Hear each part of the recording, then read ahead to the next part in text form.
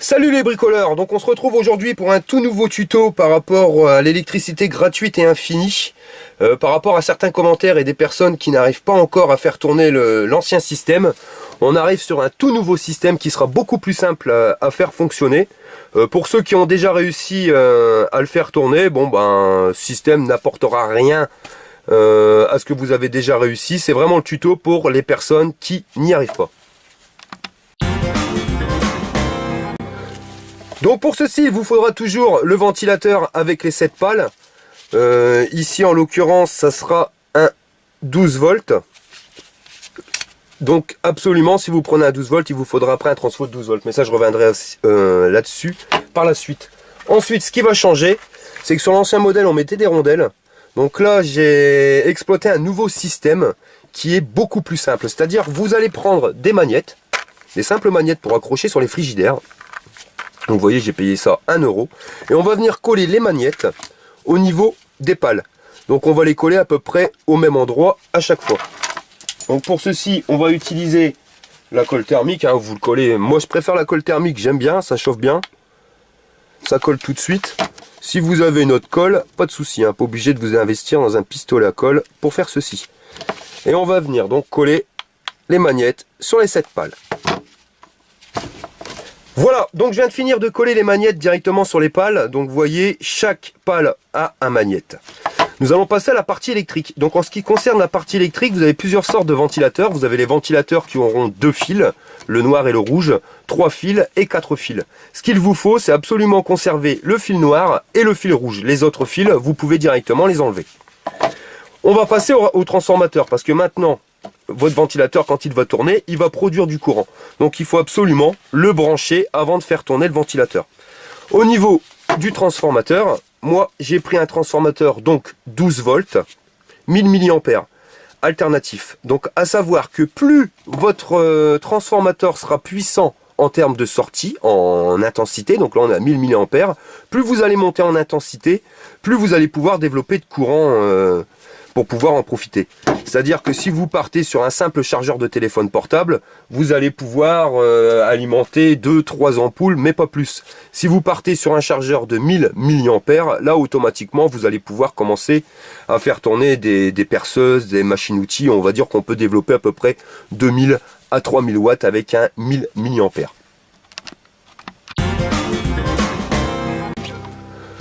Votre transformateur, vous allez le raccorder directement à une multiprise. Vous voyez, avec un domino. Donc, vous mettez un domino sur chaque partie métallique de votre transfo et vous allez venir y brancher le fil marron et le fil bleu de votre multiprise. Pourquoi je mets une multiprise avec 5 plots? Parce que comme je vous l'ai dit tout à l'heure, avec un transformateur de 1000 mA, je veux vraiment pouvoir brancher pas mal de choses, ce qui me permet de pouvoir gérer directement les plusieurs pièces. C'est-à-dire que vous pouvez gérer vos pièces d'éclairage branchées sur une prise, une chambre, une deuxième chambre, le salon, ainsi de suite. Petite astuce, il y a beaucoup de gens qui m'ont mis en commentaire au niveau de l'arrêt du ventilateur. Ou pour arrêter le ventilateur, vous décollez l'aimant, arrêtez, vous n'allez pas à chaque fois faire chauffer le pistolet à colle pour mettre en route votre système.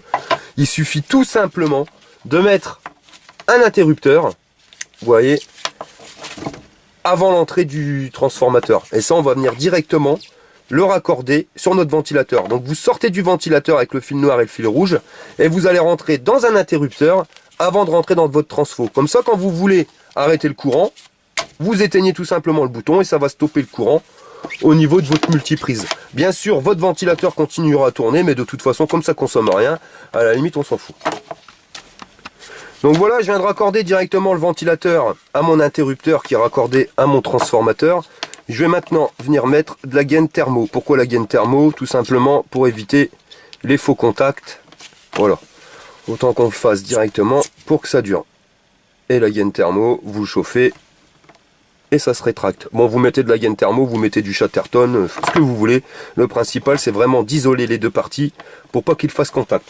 Je tiens à préciser, par rapport à certains commentaires de personnes sur Facebook ou sur YouTube, il est impératif, avant de faire tourner le moteur, de raccorder le transformateur et d'isoler le transformateur. C'est-à-dire de déjà le mettre sur une multiprise. De ne pas laisser les deux parties métalliques mal. sans isolation. Pourquoi? Parce qu'à partir du moment où vous allez faire tourner votre moteur, là il va produire du courant. Et après vous risquez de prendre un coup de jus.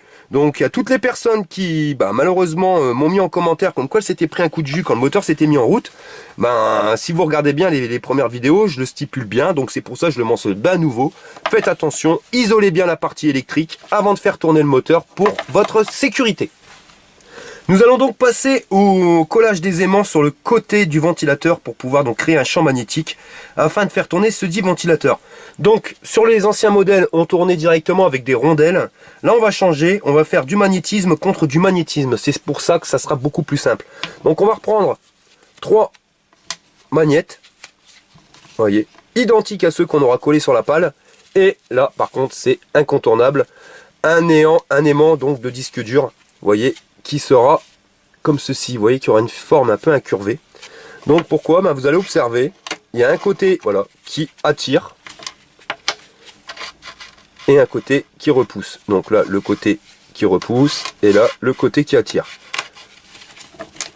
Et c'est grâce à cet aimant là qu'on va créer une rotation. Vous voyez, quand la pale va arriver d'un côté, elle va être attirée. Et quand elle va arriver de l'autre côté, elle va être repoussée. Pourquoi elle ne reste pas collée directement sur l'aimant? Ça va être le rôle des 3 autres aimants qui vont permettre au ventilateur d'avoir assez de force pour pouvoir se dégager de la force d'attraction. Et après, elle va être repoussée et à nouveau attirée. Nous allons passer à la phase de collage. Donc pour coller vos aimants, vous allez tout simplement positionner, toujours pareil, la colle chaude, n'importe quelle colle que vous avez, sur un des coins et vous positionnez l'aimant au milieu du coin. Vous voyez, de manière à qu'il soit là. Bon, vous voyez, il commence à le repousser. On va en coller un deuxième à ce niveau-là. Donc vous apprécierez quand même que ça va être beaucoup plus simple au niveau du calage que sur les anciens. Malgré qu'il y a quand même des personnes qui ont réussi sur les anciens, mais je vois que vraiment beaucoup galèrent sur le placement des aimants avec les rondelles. Là vous verrez, c'est beaucoup plus simple. Voilà, donc on enlève tous les fils de pistolet à colle. Vous avez directement, quand vous regardez bien, ici 1, 2, 3 magnettes. Et il ne nous restera plus qu'à positionner celui-ci. Donc celui-ci, vous le positionnez dans un sens ou dans l'autre, c'est exactement pareil. Donc on va s'approcher tout doucement. Ouais, alors on va commencer à voir la force d'attraction. Alors attendez, je vais l'approcher de plus en plus. Et voilà. Quand je le retire, ça s'arrête. Très simplement. Donc il nous suffit, attendez, on va jouer avec un petit peu. Voilà. Donc là, vous ne pourrez pas dire que c'est très compliqué de positionner les aimants. De toute façon, je vais vous le faire voir. Voilà. Regardez, on peut jouer un petit peu. Ça fonctionne encore. Donc on va venir positionner notre colle chaude. Voilà. Et on vient remettre directement l'aimant. Voilà. Et voici. Vous voyez, notre ventilateur tourne parfaitement. Alors ça, c'est le petit souci du ventilateur, c'est quand il est lancé. Bon, vous embêtez pas. Un petit coup de pistolet à colle. Et il bouge plus. On va pouvoir tester maintenant la sortie de tension que nous avons directement à notre multiprise. Donc voilà, pour vous faire voir la démonstration de la puissance qu'on peut trouver directement avec ce système de ventilateur, j'ai fabriqué un système. Donc vous voyez, je vous ai mis 12 ampoules halogènes. Ampoules, je sais pas si on le voit bien. Voilà, donc 42 watts.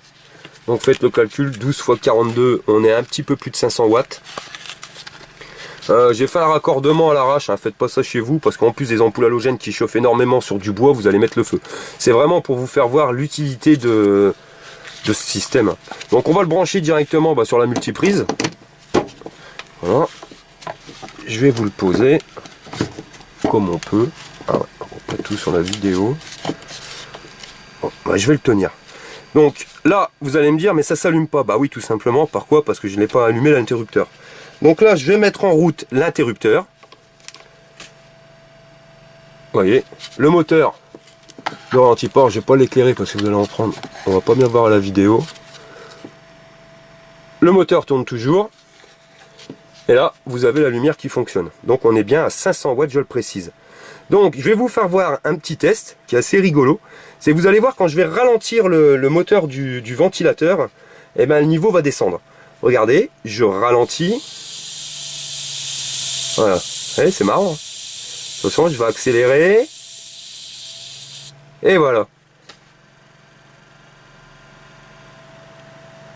Donc système fonctionne.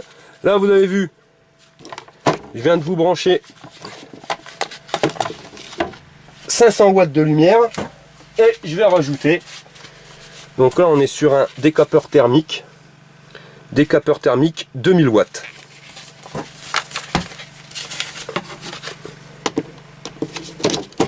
Voilà. Je vais vous le mettre non pas sur la position 1 mais sur la position 2. Voilà. Ça fonctionne.